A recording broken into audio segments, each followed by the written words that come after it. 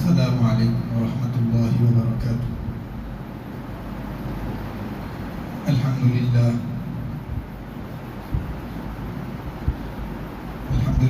نحمده ونستعینه ونستغفره ونؤمن به ونتوکل علیہ ونعوذ باللہ من شرور انفسنا ومن سیئات اعمالنا من يهده الله فلا مضل له ومن يضلله فلا هادي له ونشهد أن لا إله إلا الله وحده لا شريك له ونشهد أن سيدنا ونبينا ومولانا محمدا عبده ورسوله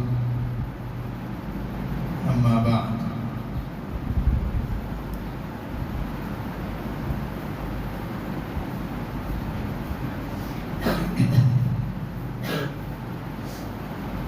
معزز سامعین کرام،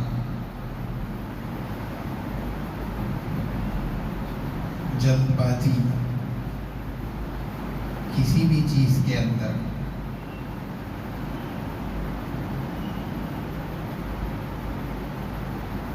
یہ شیطان کا ایک عمل ہے، اس کی طرف سے ہر کام کے اندر آدمی اطمینان کے ساتھ اچھے طریقے سے سوچ سمجھ کر کے معاملے کی پوری سمجھ حاصل کرنے کے بعد ہی قدم اٹھا کر کے کام کو انجام دے۔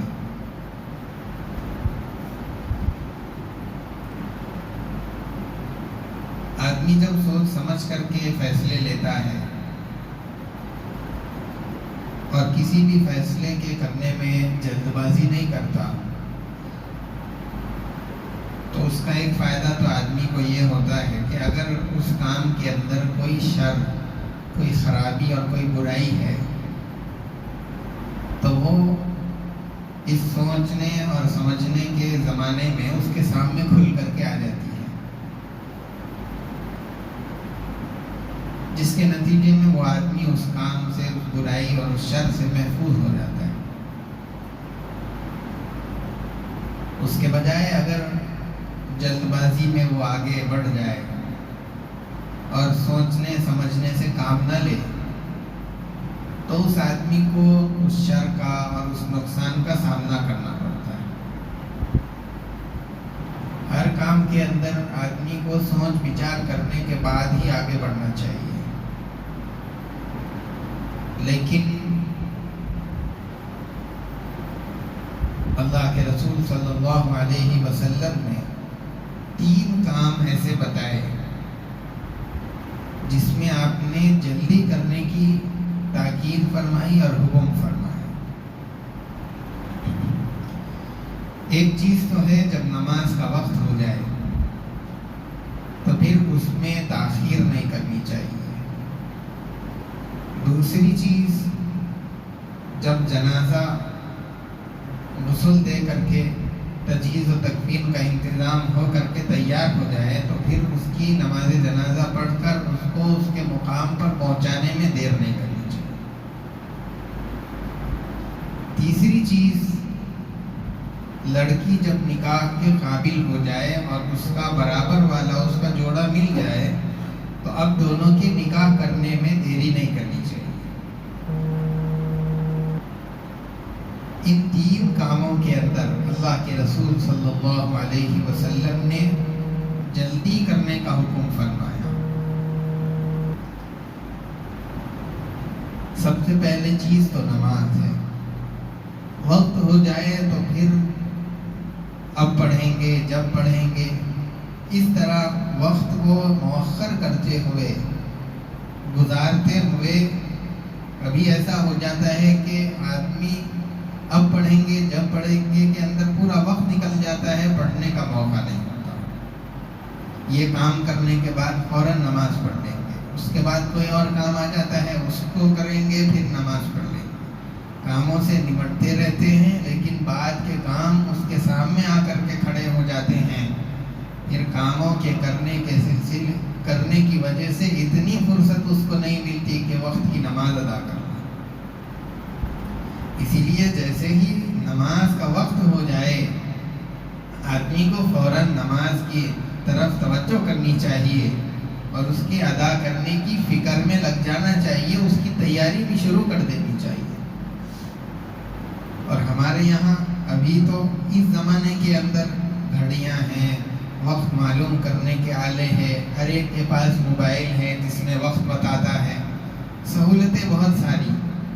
اور پھر یہ سہولت بھی ہمارے لیے حاصل ہے کہ ایک مسجد کے اندر ایک خاص وقت نماز کا متعین کر دیا گیا۔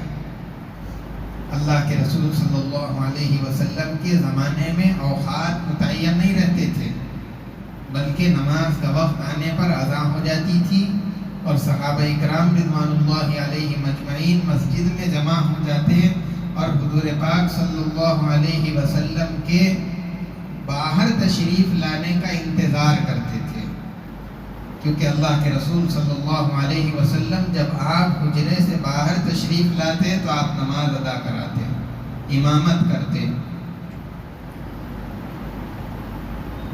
تو اس وقت میں تو کوئی وقت بھی متعین نہیں تھا، صحابہ آ کر کے مسجد میں نماز کا انتظار کرتے ہوئے بیٹھتے تھے۔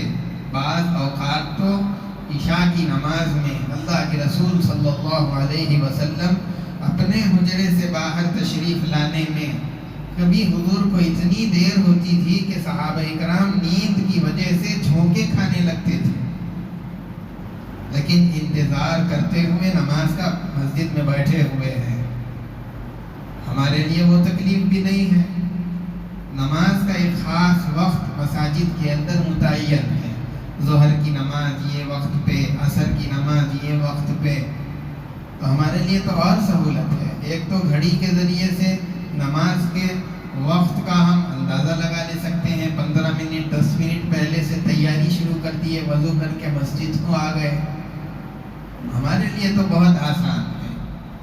اب اتنی سب سہولیات کے ہونے کے بعد بھی آدمی کو اس عمل کے اندر کوتاہی اور سستی سے کام نہیں لینا چاہیے، بلکہ جو وقت یہاں نہیں پڑھ سکتے دوسری مسجد کے اندر، اب علاقے کے اعتبار سے تو اتنی سہولت ہے، دوپہر کی نماز یہاں پر 1:15 بجے، یہاں نہیں ملی بازو مسجد میں 1:30 بجے، پھر وہاں 1:45، پھر 2 بجے، پھر 3-5 کو وہاں قریب میں مختلف اوقات ایک نماز کے مختلف مساجد کے اندر رکھے گئے۔ تو ایک جگہ جماعت نہیں ملی، دوسری جگہ جا کر کے اپنے حساب سے آپ طے کر کے وہاں پر پہنچ کر کے نماز ادا کیجیے۔ یہ نہیں کہ کاروبار کی وجہ سے، اپنی مصروفیت کی وجہ سے نماز کو مؤخر کیے جا رہے ہیں، یہاں تک کہ پورا ہی وقت نکل گیا، نماز پڑھنے کی توفیق نہیں ہوئی۔ ایسا نہیں ہونا چاہیے۔ ہر آدمی اپنے نماز کی خود فکر کرے۔ نماز یہ مومن کے لیے یعنی اس کے ایمان اور اس کے اسلام کی بنیاد ہے۔ دوسری چیز اللہ کے رسول صلی اللہ علیہ وسلم نے جو ذکر فرمائی، جس میں ایمان والوں کو جلدی کرنا چاہیے، وہ ہے جب کسی کا انتقال ہو جائے تو اس کی تجہیز اور تکفین میں جلدی کرے، دیر نہیں لگانا ہے۔ بہت سارے لوگ یہ سوچتے ہیں کہ اگر جمعہ کی صبح میں انتقال ہوتا ہے یا جمعرات کی شام میں انتقال ہوتا ہے تو لوگ یہ سمجھتے ہیں کہ کل جمعہ کے دن لوگ زیادہ آئیں گے، اسی لیے اب جمعے کی نماز میں جنازے کی نماز رکھیں گے۔ علماء نے یہاں تک لکھا ہے کہ اگر جمعہ کی صبح میں انتقال ہوا اور جمعہ کی نماز سے پہلے تک خبر کا انتظام، غسل کا انتظام سب کچھ ہو کر کے اس آدمی کو دفنا کر کے وہ جانے والے جنازے میں جمعہ کی نماز میں آ سکتے ہیں تو جمعے کی نماز تک مؤخر نہیں کرنا چاہیے. جمعے کی نماز سے پہلے ہی جنازے کی نماز پڑھا کر کے تدفین کے کام سے فارغ ہو کر لوگ جمعہ کی نماز پڑھنے مسجد کو آئے. اتنی زیادہ تاکید اس لیے کہ اللہ کے رسول صلی اللہ علیہ وسلم نے جلدی کرنے کا اس کام کے اندر حکم فرمایا. جلدی سے جلدی اس عمل کو انجام دینا چاہیے. آج بہت ساری جگہ پر رشتہ دار وغیرہ دور رہتے ہیں، کوئی دوسرے شہروں کے اندر، یہاں سے 200 کلومیٹر، اور بعض لوگ تو سعودی، ریاض، امریکہ، کینیڈا. اب جب یہاں پر کسی کا انتقال ہوتا ہے تو ان کو پہلے اطلاع کر دی جاتی ہے کہ ان کا والد صاحب کا یا والدہ کا یا بھائی کا ان کا انتقال ہو گیا. اب وہ کہتے ہیں کہ ہم آ کر کے ایک مرتبہ، آخری مرتبہ والد صاحب کو دیکھنا چاہتے ہیں. اب وہ آ رہے ہیں، ان کے انتظار میں یہاں پر نماز جنازہ کو مؤخر کیا جا رہا ہے، اس میں تاخیر کی جا رہی ہے، اور میت وہ سڑ نہ جائے، بو پیدا نہ ہو جائے، اس کے واسطے فریزر منگا کر کے اس کے اندر رکھ رہے ہیں، یا پھر برف کے سیل منگا کر کے اس کے اوپر لٹا دیا جا رہا ہے تاکہ وہ رشتہ دار آ کر کے آخری دیدار کر لیں. یہ مؤخر کرنا یہ اچھی بات نہیں ہے. اللہ کے رسول صلی اللہ علیہ وسلم کے حکم کی خلاف ورزی ہے. آپ نے فرمایا جلدی کرو، اور ہم اس کے الٹا کر رہے ہیں. تو اس لیے اس طرح نہیں ہونا چاہیے. اور جو لوگ باہر رہتے ہیں ان کو اطلاع دے دینی چاہیے، لیکن ان کے آنے کے انتظار میں نماز جنازہ میں اور تجہیز اور تکفین کے عمل میں تاخیر نہیں ہونی چاہیے. وہ بعد میں آئیں گے. آخری مرتبہ دیدار کرنا، ایک مرتبہ دیکھ لینا، یہ فرض، واجب، سنت کچھ نہیں ہے. اسی لیے صرف اپنی خواہش کی وجہ سے، وہ آنے والوں کی چاہت پر اللہ کے رسول صلی اللہ علیہ وسلم کے فرمان کی خلاف ورزی نہیں کرنی چاہیے، بلکہ اپنی چاہت اور اپنے رشتہ داروں کی خواہش، اس کے سامنے اللہ کے رسول صلی اللہ علیہ وسلم کے فرمان پر عمل کر لینا یہ زیادہ بہتر ہے. اسی لیے اس عمل کے اندر دیری نہیں ہونی چاہیے. ایک ایک دن، دو دو دن، کئی ملکوں کا سفر کر کے لوگ آ رہے ہیں کہ آخری دیدار کر لیں گے. حالانکہ یہ عمل جلدی سے جلدی کرنے کا ہے. شریعت میں اسی کی تعلیم دی گئی ہے. اور اللہ کے رسول صلی اللہ علیہ وسلم نے یہ جو جلدی کرنے کا حکم فرمایا وہ اسی لیے کیونکہ آپ صلی اللہ علیہ وسلم نے اپنے ارشاد میں یہ بات بتائی کہ اگر یہ جس کا انتقال ہوا ہے، یہ جو آدمی ہے، اگر آگے والی منزل اس کے لیے بھلائی اور خیر والی ہے تو تم اس کو اس خیر والی منزل تک جلدی سے پہنچاؤ، اور اس کو خیر والی منزل تک پہنچنے میں تم رکاوٹ مت بنو. اس کا اچھا مقام ہے، آگے جا کر کے وہ اللہ تبارک و تعالیٰ کی رضا پانے والا ہے. آگے والی منزل اس کے لیے اس منزل سے بہتر ہے، تو اس کو اس بہتر منزل کی طرف جلدی پہنچا دو. تم رکاوٹ مت بنو اس کے اور اس کی منزل کے درمیان. اور اگر اس کے لیے آگے والی منزل بری ہے اور اس کا انجام برا ہوا ہے تو تم اس برے کو اپنے کندھوں سے جلدی سے اتارو اور اپنے سے دور کرو. اور ایسے برے آدمی کو اپنے درمیان زیادہ دیر مت رکھو. اللہ کے رسول صلی اللہ علیہ وسلم نے اسی لیے اس کام کے اندر جلدی کرنے کی تاکید اور حکم فرمایا. اسی لیے اس عمل کے اندر دیری نہیں ہونی چاہیے.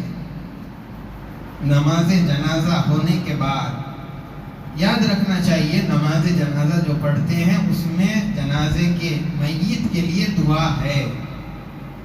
جنازے کی نماز خود اس جانے والے کے لیے دعا کے درجے میں ہے. اسی لیے اب بعد میں پھر دعا کرنا ہی ہے تو اس کا صحیح طریقہ یہ ہے کہ آپ جنازے کی نماز پڑھ لیجئے، جنازے کو لے کر کے قبرستان چلے جائیے، پھر وہاں جا کر کے تجہیز اور تکفین والے عمل سے فارغ ہو جائیے، پھر اطمینان سے وہاں جانے والے کے لیے دعا کریے. دیکھیے ایک مثال سے اس کو ہم سمجھ سکتے ہیں. دو طرح کے رشتہ دار ہوتے ہیں۔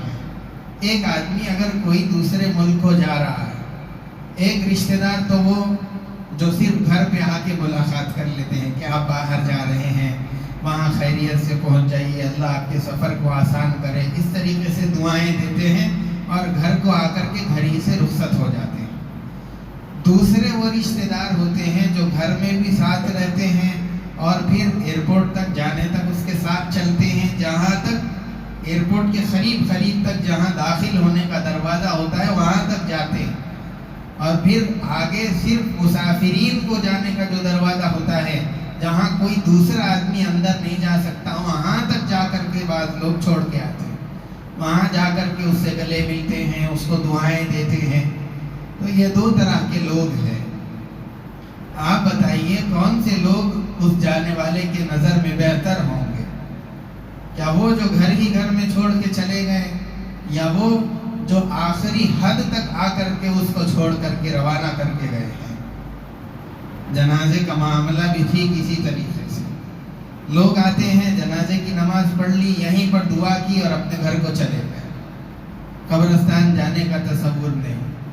اور دوسرے وہ لوگ جو لے کر کے گھر سے مسجد آتے ہیں، مسجد سے لے کر کے قبرستان جاتے ہیں، اس کا پورا انتظام کرتے ہیں، تجہیز و تکفین کے عمل میں شریک رہتے ہیں، پھر جب اس کو قبر میں اتار دیتے ہیں، مٹی ڈھانپ دیتے ہیں، سب کچھ کام ہو جاتا ہے، پھر دعا کرتے ہیں کہ اللہ جہاں تک ہمارے اختیار میں تھا ہم نے کیا اور اس کو آپ کے سپرد کیا، اب آگے کا معاملہ ہمارے اختیار سے باہر ہے، اب آگے کے مراحل میں آپ اس کے کفیل اور ذمہ دار بن جائیے۔ سوچئے تو صحیح کہ وہ جانے والے کے حق میں کون بہتر تھا، کہ جو صرف جنازے کی نماز پڑھ کر چلا گیا، یا وہ جو اس کی آخری منزل تک، جہاں تک ان انسانوں کے لیے جانا ممکن تھا، وہاں تک پہنچ کر کے اس کو اللہ کے سپرد کر کے پھر اللہ سے دعا کر رہا ہے کہ اللہ آگے کی منزلوں میں اس کی مدد کیجیے اور اس کے ساتھ آگے کی منزلوں کے اندر آسانی والا معاملہ کیجیے۔ تو یہ چیز ہے، اسی لیے جنازے کے بعد دعا کرنا ہے تو قبرستان جانے کے بعد، تجہیز و تکفین کے عمل سے فارغ ہونے کے بعد میں پھر اس کے بعد دعا ہوگی۔ یہ صحیح طریقہ ہے میت کے لیے دعا کرنے کا۔ اور ایک رواج ہمارے معاشرے کے اندر، جنازہ جب گھر سے مسجد لایا جاتا ہے یا یہاں سے قبرستان لے جایا جاتا ہے، زور سے تیسرا کلمہ سبحان اللہ والحمدللہ ولا الہ الا اللہ واللہ اکبر، اس کے پڑھنے کا رواج ہے۔ معلوم نہیں یہ رواج کب سے شروع ہوا، لیکن یہ صحیح طریقہ نہیں ہے۔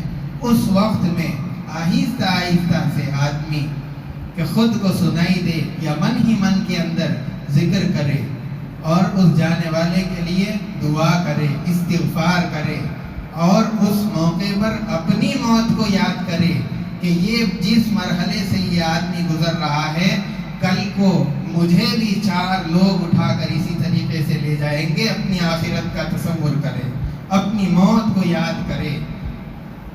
زور سے ذکر کرنا اس کا کہیں پر بھی ثبوت نہیں ہے۔ آہستہ آہستہ سے ذکر کرتے ہوئے لائیں، اور نماز کے بعد بھی آہستہ آہستہ ذکر کرتے ہوئے قبرستان لے کر کے جانا، جنازے کو لانے اور لے جانے کا یہ صحیح طریقہ ہے۔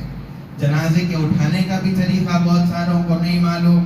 حضرت انس رضی اللہ تعالیٰ عنہ فرماتے ہیں کہ جنازے کو اٹھایا جائے، اگر سنت طریقے پر کوئی اٹھانا چاہتے ہیں تو چاروں پائے جو ہوتے ہیں 10 قدم اس کو کاندھا دینا چاہیے۔ سب سے پہلے بائیں طرف ہمارے سیدھے کاندھے پر اس کا بایاں آئے گا، اور پھر اس کے بعد پیچھے طرف کا جو بایاں ہوگا وہ ہمارے سیدھے کاندھے پر آئے گا، یعنی رائٹ سائڈ سے آپ کو شروع کرنا ہے۔ حدیث کے اندر سیدھی طرف سے شروع کرنے کی برکت بیان کی گئی ہے کہ ہر کام کو سیدھی طرف سے شروع کرنا چاہیے، اسی لیے جب کاندھا دیں گے تو وہ بھی سیدھی طرف سے، پہلے سامنے والا، پھر اس کے بعد سیدھی طرف پیچھے والا، پھر اس کے بعد میں آپ کا لیفٹ کاندھا سامنے کی طرف، پھر اس کے بعد پیچھے والا، اس طریقے سے ہر طرف کا پکڑنے کے بعد 10 قدم چلنا چاہیے۔ لیکن ہمارے پاس تو اتنی جلد بازی کی جاتی ہے، آدمی ابھی پکڑ کے 2 قدم ہی چلتا ہے، دوسرا آدمی بیچ میں گھس کر لے لیتا ہے۔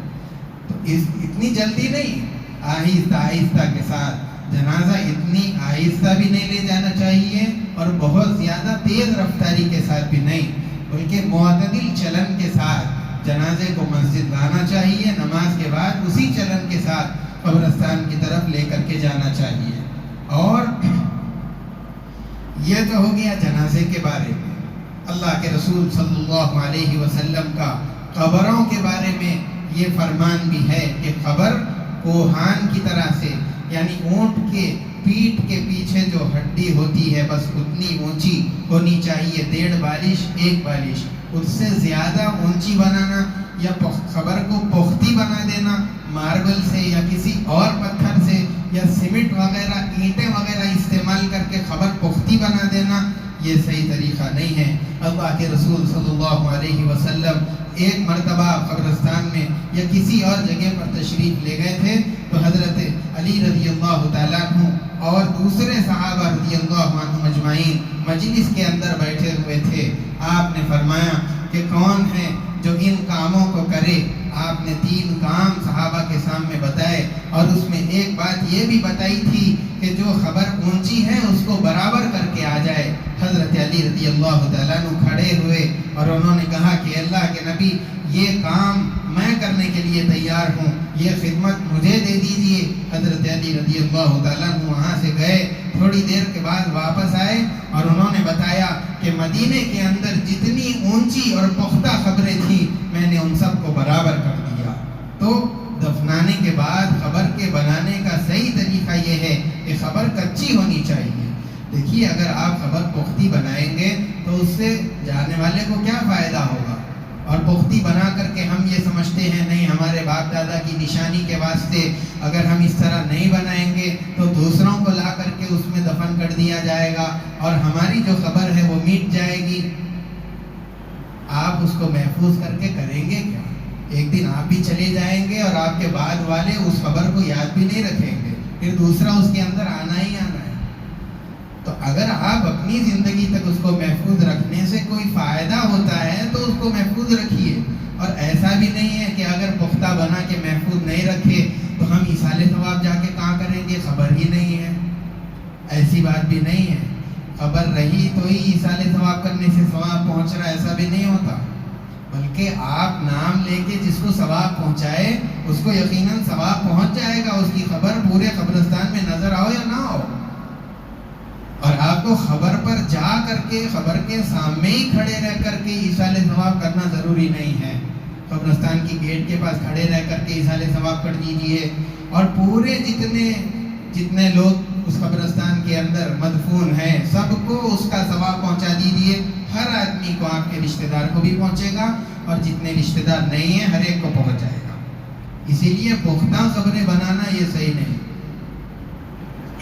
الغرض، اللہ کے رسول صلی اللہ علیہ وسلم نے 3 چیزیں بتائی تھی۔ تیسری چیز جو آپ صلی اللہ علیہ وسلم نے بتائی جس کام کے اندر جلدی کرنی چاہیے وہ ہے جب لڑکی کے لیے اس کا جوڑا مل جائے تو پھر اس کے نکاح کرنے میں دیری نہیں کرنی چاہیے۔ آج ہمارے معاشرے کے اندر، شہر کے اندر ہو یا دوسرے علاقوں کے اندر ہو، اولاً تو لڑکی کا رشتہ ڈھونڈنے میں ہی تاخیر کی جا رہی ہے۔ جب تک کہ 25 سال 28 سال کی لڑکی نہیں ہو رہی اس وقت تک رشتہ ڈھونڈنے کے لیے نکل رہی نہیں، اور نکلے بھی تو ایسے رشتے کہ کینیڈا کا ہونا چاہیے، PR رہنا یا اچھی جاب رہنا، اتنی سیلری رہنا چاہیے، اور یہ رہنا ذاتی مکان رہنا چاہیے، اور اپنے ماں باپ سے علیحدہ رہنا چاہیے۔ لڑکیوں کا یہ ذہن بن رہا ہے کیونکہ ساس سسرے کی خدمت میرے سے نہیں ہوگی، یہ ذہن آج کل لڑکیوں کا اور پھر آج کل کے نوجوانوں کا بن رہا ہے۔ اپنی شادی ہونے کے ساتھ ہی مکان والدین سے الگ کرنے کی سوچ رہے ہیں کہ ہم دونوں رہیں گے، شوہر میں دونوں ہی رہیں گے بس۔ یہ سوچ معاشرے کے اندر چل رہی ہے۔ پہلے زمانے میں یہ جو بزرگ حضرات بیٹھے ہوئے ان سے پوچھئے کتنے ایک گھر کے اندر کتنے لوگ رہتے تھے، چاچا بھی آئے ہیں، ان کے بچے بھی آئے ہیں، سب ایک ہی گھر کے اندر۔ تو یہ پہلے کا زمانہ اور آج کی سوچ۔ اگر جب لڑکی کا برابری کا کفو اور اس کا رشتہ مل جائے تو فوراً نکاح کر دینا چاہیے۔ اللہ کے رسول صلی اللہ علیہ وسلم نے فرمایا کہ جب رشتہ ایسا آئے کہ جس کے اخلاق پر اور جس کی امانت داری پر آپ راضی ہے، رضامند ہے اور آپ کو اطمینان ہے، تو پھر اس سے نکاح کر دو۔ حضور پاک صلی اللہ علیہ وسلم کا یہ ارشاد ہے۔ اسی لیے لڑکیوں کی نکاح کرنے میں جلدی کرنی چاہیے۔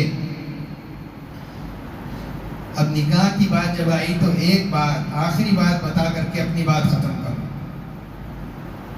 باپ اپنے بیٹیوں کا نکاح کرتا ہے، شادی کرتا ہے،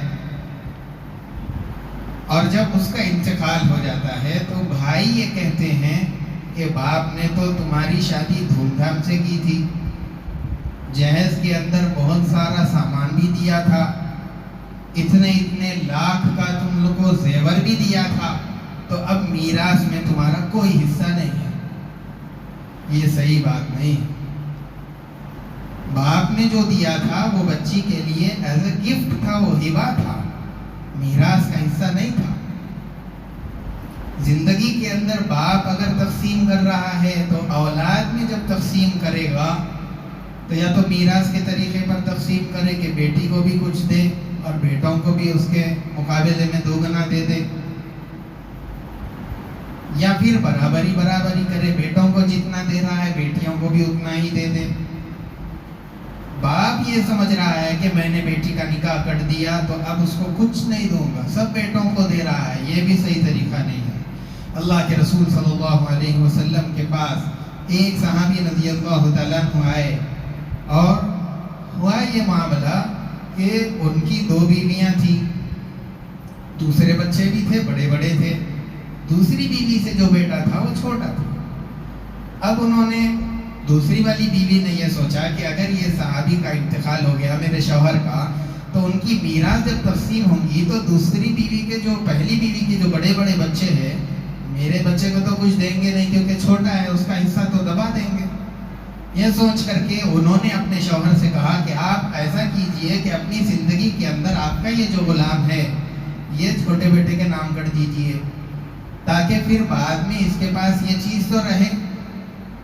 اب وہ عورت بھی بڑی سمجھدار تھی، اس نے کہا کہ اگر اس کے نام یہ غلام کر دیا گیا تو کون اس کے گواہ رہیں گے، کون بولیں گے کہ انہوں نے واقعی میں چھوٹے بیٹے کو یہ دیا ہے۔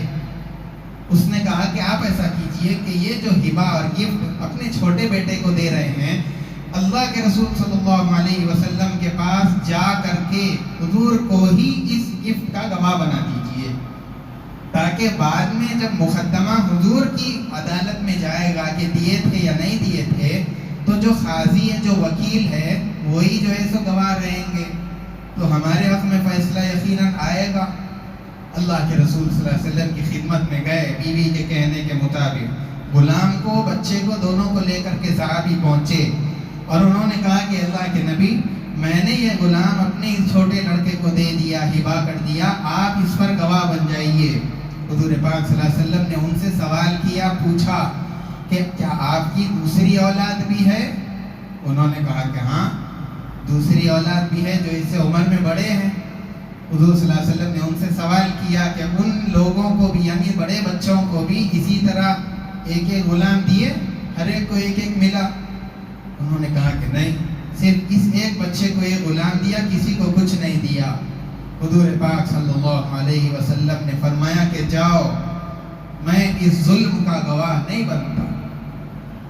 اسی لیے اسلام کے اندر برابری سکھلائی گئی۔ باپ جب اپنی اولاد کو زندگی میں کوئی چیز تقسیم کرے تو بیٹیوں کو بھی دے، بیٹوں کو بھی دے، ناانصافی نہ کرے کہ بیٹوں کو دے رہے ہیں لیکن بیٹی کو، چونکہ وہ اب داماد کے دوسرے اپنے سسرال چلے گئی ہے، اس کو محروم کر رہے ہیں، یہ ناانصافی ہے۔ اس طرح کی تقسیم نہ کی جائے۔ بس اللہ تبارک و تعالی ہم تمام کو صراط مستقیم پر رکھے، صحیح تعلیمات پر عمل کرنے کی اللہ ہم سب کو توفیق عطا فرمائے۔ وصلی اللہ وسلم علی سیدنا محمد وعلی آلہ واصحابہ اجمعین، وآخر دعوانا الحمدللہ رب العالمین۔ جو حضرات سنت نہیں پڑھے، سنت پڑھ لی۔